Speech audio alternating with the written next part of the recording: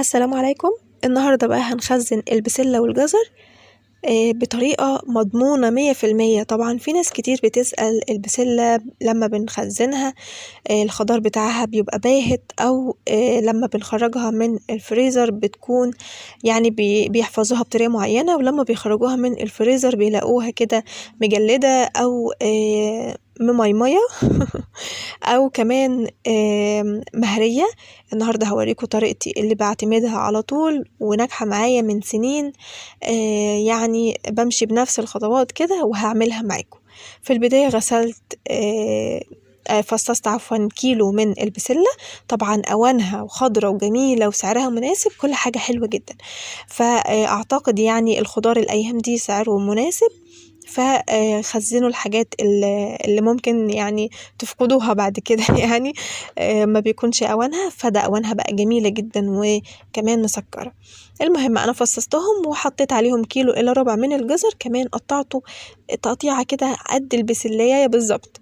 المهم بقى حطيت عليه مية مغلية ومش على النار، فدي الخطوة المهمة اللي ممكن بقى تعتمديها وتنسي أي طريقة تانية.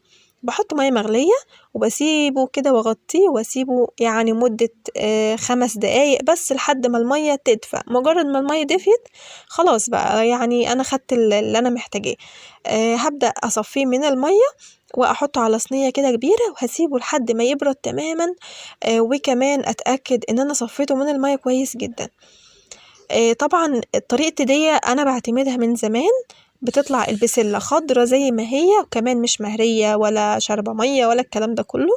أنا بحطها يدوبك بس في المية المغلية علشان البسلة لونها يبقى فاتح، وكمان لما أجي أحطها في الفريزر تقعد براحتها بقى، مقلقش إن هي هتتهري أو الكلام ده كله، فبسيبها براحتها كده. البسلة والجزر بردوا تماما. هبدأ أحطهم في الكيس اللي انت هتحطي فيه تبقي محددة الوجبة بتاعتك، يعني مثلا على قد الطبخة، ما تحطيش كمية كبيرة وتقولي هقسمه وهرجعه تاني الفريزر.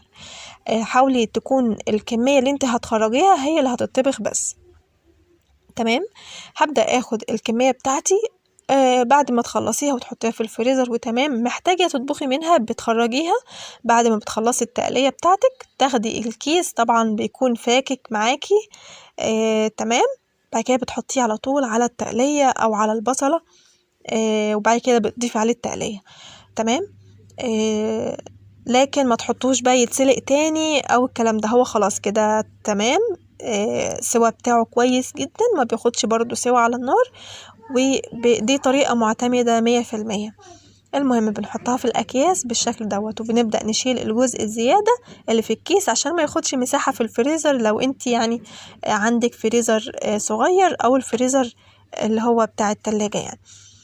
تمام. خلصنا الكمية بتاعتنا بالشكل دوت.